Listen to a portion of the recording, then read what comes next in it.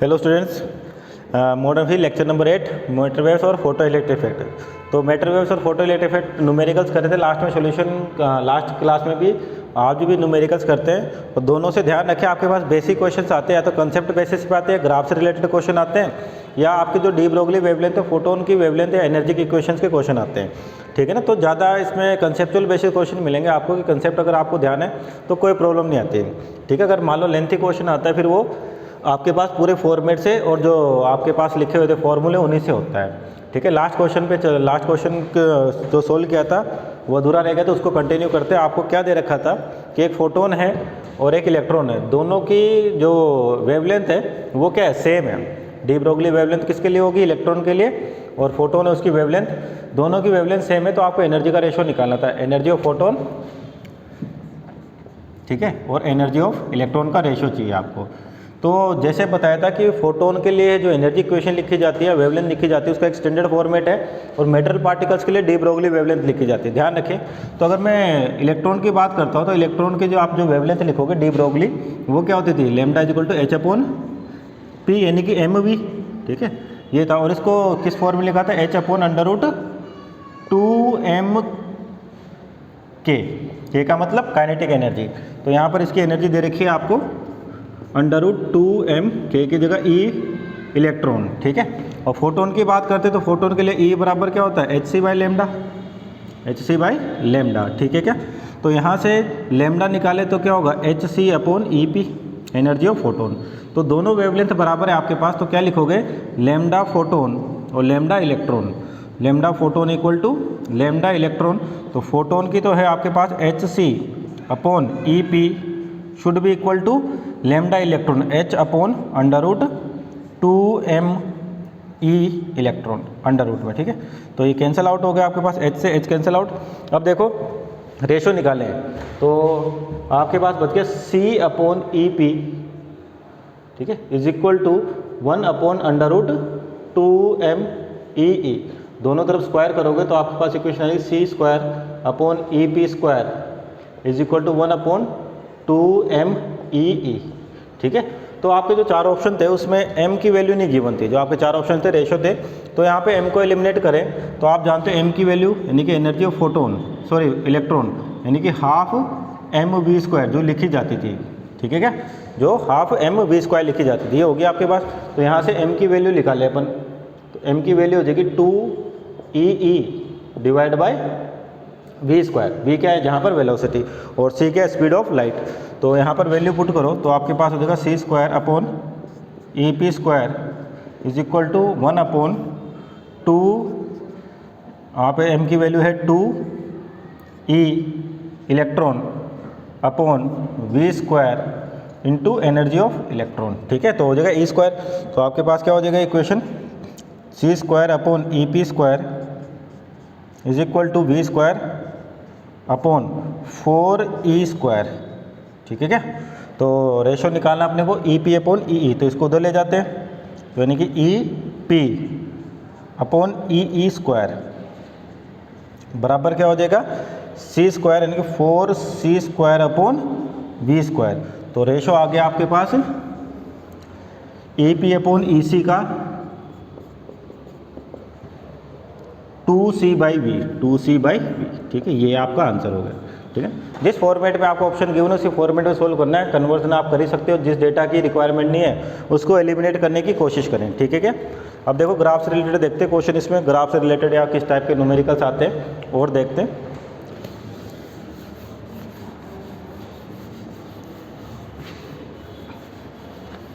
ठीक है, जैसे मान लो आपके पास न्यूमेरिकल है, ग्राफ के रिलेटेड देख लेते हैं एक दो न्यूमेरिकल्स, ताकि ग्राफ से पता चल जाए आपको।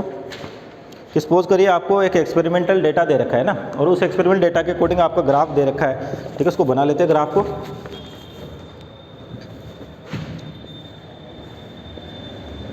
ये फ्रीक्वेंसी आपके पास और एक काइनेटिक एनर्जी, या सिंपल बोल दिए energy. In experiment of photo electric the graph between E K, यानी कि maximum K E max, and frequencies found to be straight line as shown in figure. आपको डायग्राम दे रखा है और जो है आपका डायग्राम इस तरीके से है कुछ, ये वैल्यू 2 है, ये 0, ये 2, 3, 4 अप टू 6, ठीक है, ऐसे दे रखा है।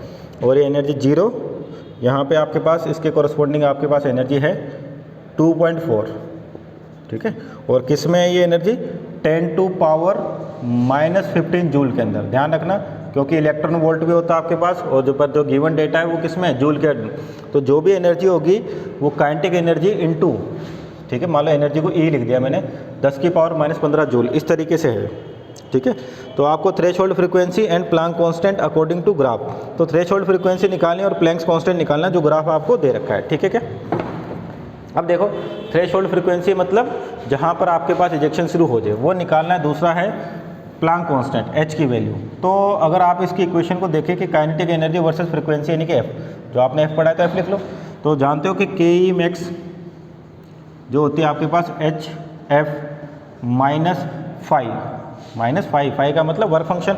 तो ये स्ट्रेट लाइन इक्वेशन होगी आपके पास y बराबर mx प्लस सी की, mx प्लस सी, जहाँ पर c क्या है? फाई की वैल्यू है। यानी कि इस इक्वेशन को कंपेयर करें तो c की वैल्यू यहाँ 2 दिख रही है, मीन्स फाई की वैल्यू कितनी आ गई? 2 आ जाएगी।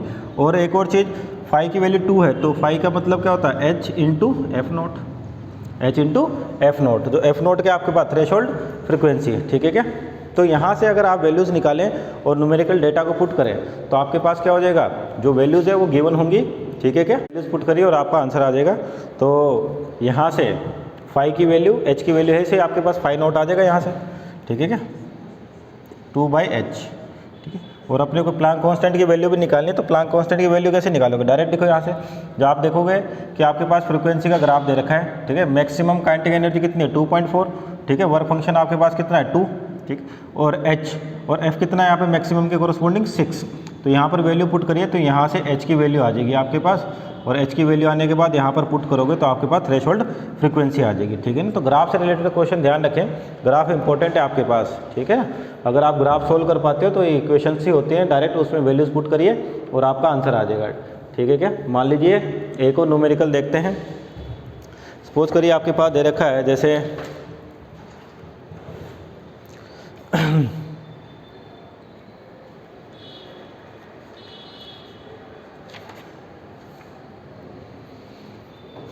जैसे आपको क्वेश्चन है, सुनिए ध्यान से, क्वेश्चन ले लेते हैं न्यूमेरिकल, अच्छे क्वेश्चन जो लास्ट ईयर पूछे गए हैं और इस टाइप के आते हैं, उस टाइप के वे क्वेश्चन सोल्व कर रहे हैं। तो क्या क्वेश्चन है आपके पास? A human eye can rarely detect a yellow light, यानी कि ह्यूमन आई है जो येलो लाइट को डिटेक्ट कर पाती है, जिसकी आपको वेवलेंथ दे रखी है 4000 एंगस्ट्रॉम, ठीक है ना, 4000 एंगस्ट्रॉम। और that delivers 1.7 × 10⁻⁻18 watt to retina, यानी कि पावर दे रखी है 1.7 × 10⁻18 वाट टू रेटिना, ठीक है। The number of photons per second falling on the eye is nearest to, यानी कि पास में बताना है। क्या क्वेश्चन है कि एक मतलब ह्यूमन आई है जो येलो लाइट को डिटेक्ट कर पाती है, जिसकी वेवलेंथ कितनी है? 4000 एंगस्ट्रॉम। अब वो डिटेक्ट कर पा रही है, तो जो डिटेक्ट करने के बाद उसने बोला कि जो रेटिना है, यानी कि जहाँ से अपने को दिखाई देता है, उस पर इतनी पावर पहुँच पा रही है 1.7 × 10⁻⁻18 वाट, यानी कि या जूल पर सेकेंड। तो आपको बताना नंबर ऑफ फोटोन्स। तो आसान है, पहले टोटल एनर्जी आपको दे रखी है, ठीक है। एनर्जी ऑफ सिंगल फोटोन क्या होगी? एनर्जी ऑफ सिंगल फोटोन की बात करें, E बराबर hc/λ, या आपको याद है 12400 divide by lambda in angstrom. तो ये आता है इलेक्ट्रॉन वोल्ट में। किस में आता है? इलेक्ट्रॉन वोल्ट में। तो 12,124,00 डिवाइड बाई 4000, ठीक है। तो 1 2 कैंसिल आउट हो गया आपके पास, ये हो गया 3 1, यानी कि 3.1 इलेक्ट्रॉन वोल्ट। ये एनर्जी ऑफ फोटोन हो गया आपके पास, सिंगल फोटोन, ठीक है। तो कितनी गिर रही है? 1.7 × 10⁻18 वाट या जूल पर सेकेंड, ठीक है। आपको अप्रोक्सीमेटली बताने, तो आप इन दोनों को डिवाइड करोगे, नंबर ऑफ फोटोन्स निकालोगे आप, नंबर ऑफ फोटोन्स। तो क्या टोटल एनर्जी 1.7 × 10⁻18 जूल पर सेकेंड, ठीक है। या फिर आप इसको इलेक्ट्रॉन वोल्ट को जूल में कन्वर्ट कर लो, ठीक है। Divide by energy of single 3.1 × 1.6 × 10⁻19। तो नीचे वाले की यूनिट भी क्या आ गई? जूल आ गई, ऊपर वाले की जूल आ गई। तो यहाँ से सोल्व करोगे तो आपके पास नंबर ऑफ फोटोन्स आ जाएंगे, ठीक है, नंबर ऑफ फोटोन्स। तो इस तरीके से क्वेश्चन है, आपको केवल ध्यान रखना है कि फोटोन के बारे में लिखा है तो उसकी एनर्जी को याद रखें, ठीक है। और इलेक्ट्रॉन्स या मेटल पार्टिकल्स आते हैं उसकी एनर्जी लिखी जाती है Q × V या ½ mv²। मान लो एक और न्यूमेरिकल देखते हैं। सपोज करिए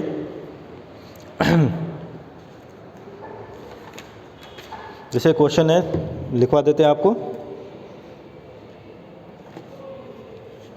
मान लीजिए जो आपके पास आया हुआ है,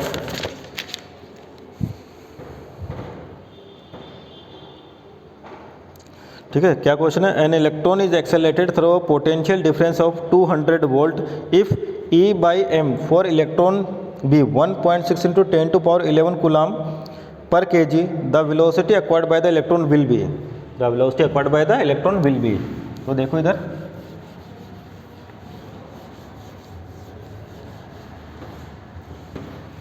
क्या दे रखा है कि एक इलेक्ट्रॉन है ना, जिसको एक्सेलरेट किया कितने से? 200 वोल्ट का पोटेंशियल अप्लाई करके, ठीक है, 200 volt. Q by M ratio दे रखा है इसके लिए 1.6 इंटू 10 टू पावर 11 कूलाम पर केजी, कूलाम पर केजी, ठीक है।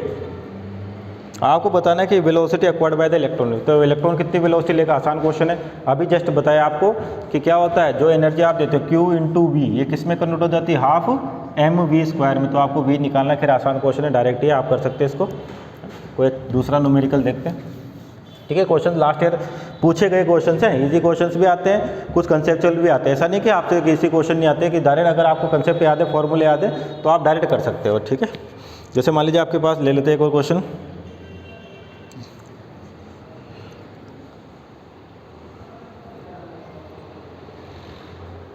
जैसे the work function of a metallic surface is 5.01 electron volt, the photo electrons are emitted when light of wavelength 200 angstrom falls on it, the potential difference applied to stop the fastest electron is, क्या दे रखा है? एक metal है जिसका work function given है आपको, कितना है? 5.01 इलेक्ट्रॉन वोल्ट, ठीक है। और जिस में जो आपके पास क्या है, मेटल सरफेस पे जो फोटोन्स गिरे हैं उसकी वेवलेंथ है 2000 एंगस्ट्रॉम, 2000 एंगस्ट्रॉम। ये एच की वैल्यू दे रखी है आपको एच की वैल्यू गिवन है 4.14 into 10 to power -15 electron volt second. Joule second होती है, तो फिर इसमें इलेक्ट्रॉन वोल्ट में कन्वर्ट करके दे रखा है। आप देखिए क्या दे रखा है आपको कि एक मेटल सरफेस है, ठीक है ना, जिसके लिए दे रखा है वर्क फंक्शन दे रखा है 5.01 electron volt, the photo electrons are emitted when light of wavelength 200 angstrom falls on it, यानी कि जब सरफेस पे 2000 एंगस्ट्रॉम की एक लाइट गिरती है, ठीक है। और एच की वैल्यू दे रखी है, तो आपको बताना है कि find the potential difference applied to stop the fastest electron, यानी कि सबसे फास्ट इलेक्ट्रॉन को रोकने के लिए आपको पोटेंशियल बताना है, मीन्स स्टॉपिंग पोटेंशियल बताना है। तो आप जानते हो के ई मैक्स बराबर क्या होता है आपके पास? एच एफ माइनस 5, ठीक है क्या? के ई मैक्स का मतलब ई इंटू वी एस बराबर एच एफ।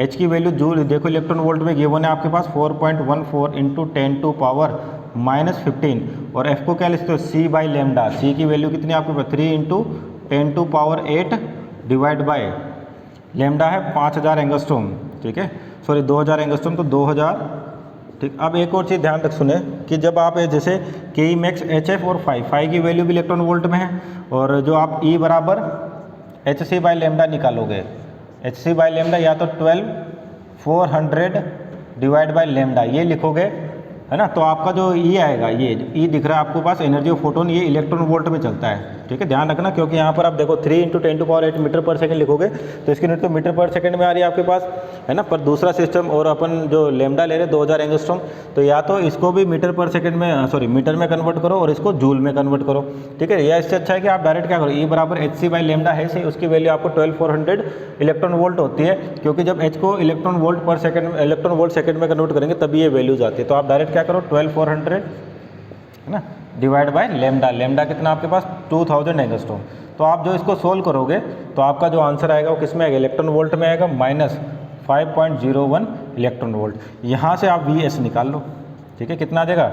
वी एस की वैल्यू फाइंड आउट कर लो, तो ये हो गया 124, ठीक है, डिवाइड बाई 20 -5.01, तो हो जाएगा आपके पास 62, यानी कि 6.2। तो ई इंटू वी एस हो गया आपके पास 6.2 -5.01। तो यहाँ से जो भी सॉल्यूशन आएगा आपके पास, इसको माइनस करोगे, ये किस में चलेगा? इलेक्ट्रॉन वोल्ट में चलेगा।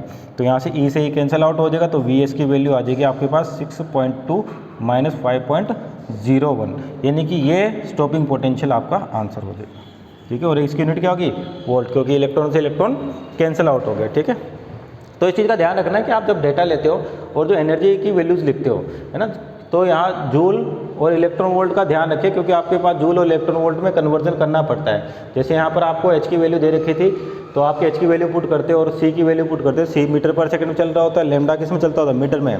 ठीक है, तब जूल पर सेकंड में और इलेक्ट्रॉन वोल्ट में लेते हैं, तो आपको वैल्यू लिखा रखे 12400 डिवाइड बाई लैम्डा, और जो यहाँ से एनर्जी आती है वो आती है 12 क्या आती है आपके पास 12400 by lambda in electron volt. ठीक है, क्या कितना आती है इलेक्ट्रॉन वोल्ट के अंदर।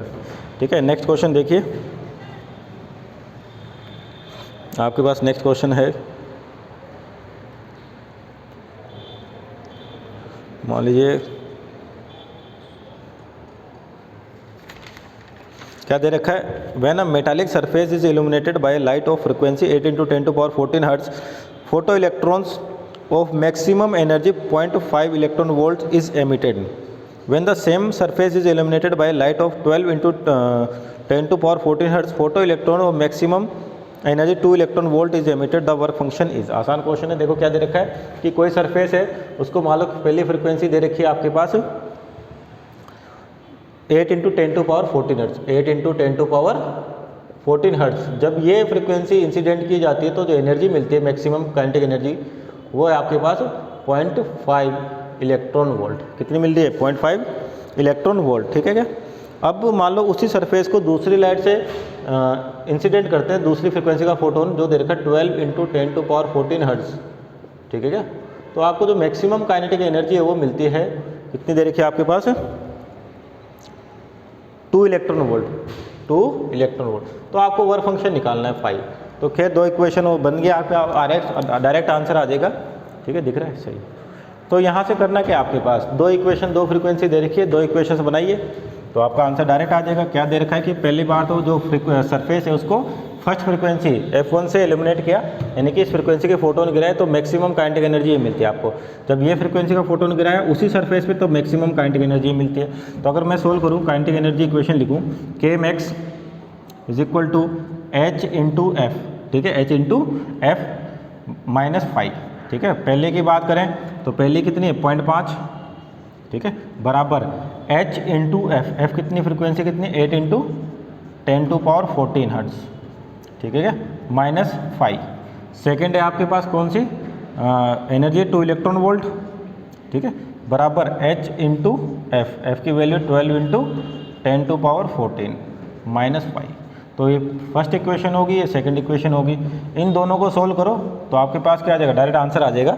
अब जो यहाँ ध्यान रखना 0.5 और 2 इलेक्ट्रॉन दोनों को क्रॉस मल्टीप्लाई करो, डिवाइड करो, कैसे भी करो, आप सोल्व करोगे तो आपके पास फाई की वैल्यू आ जाएगी। फाई ध्यान रखिए आपका फाई किस में आएगा, इलेक्ट्रॉन वोल्ट में आएगा, क्योंकि फाई क्या होता है आपके पास H × F0, यानी कि एनर्जी एक तरीके से ही है। ठीक है, जैसे वही एनर्जी जैसे मैंने बताया था कि एटॉमिक स्ट्रक्चर में किसी भी इलेक्ट्रॉन को किसी भी ऑर्बिट से बाहर निकालने के लिए जो एनर्जी चाहिए, तो वहाँ पर यहाँ पर उसको वर्क फंक्शन की टर्म में डिफाइन रखा है। भाई आप किसी भी एटॉमिक स्ट्रक्चर पढ़ते हो जो किसी भी कंडक्टर का, तो कंडक्टर में जो ऑर्बिटल्स होते हैं, जो फ्री इलेक्ट्रॉन्स होते हैं, उसको मूव करने के लिए कुछ ना कुछ एनर्जी की रिक्वायरमेंट होती है। वो एनर्जी की रिक्वायरमेंट यहाँ पर मेटल सरफेस के केस में वर्क फंक्शन कह रखा है।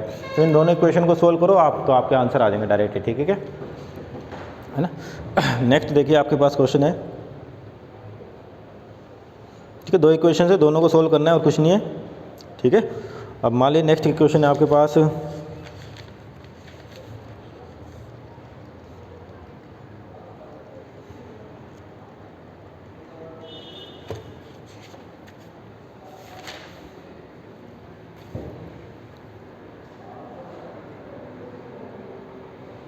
जो कहते हैं ratio of the momentum of an electron and an alpha particle which are accelerated from rest by potential difference of 100 volt.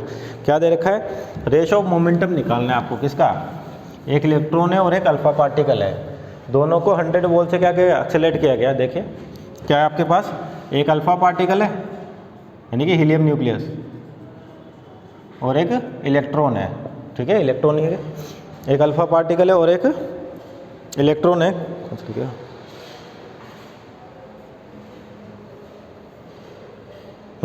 Electron दे रखा है, कौन सा क्वेश्चन, ठीक, electron alpha particle which is accelerated by from rest by potential difference 100 volt, कि electron और alpha particle है दोनों को 100 वोल्ट से एक्सेलरेट किया गया। तो इनके मोमेंटम का रेशो बताना है कि इसके मोमेंटम जो आ रहा है अल्फा पार्टिकल और किसका इलेक्ट्रॉन का, इसका रेशो बताना है आपको। तो दोनों मेटेरियल पार्टिकल से तो डी ब्रोगली की इक्वेशन लगेगी lambda is equal to H/mv या P, ठीक है क्या, ये चीज़ है। अब आपको केवल क्या दे रखा है, 100 वोल्ट दे रखा है, तो यहाँ से आप एनर्जी निकाल सकते हो Q × V।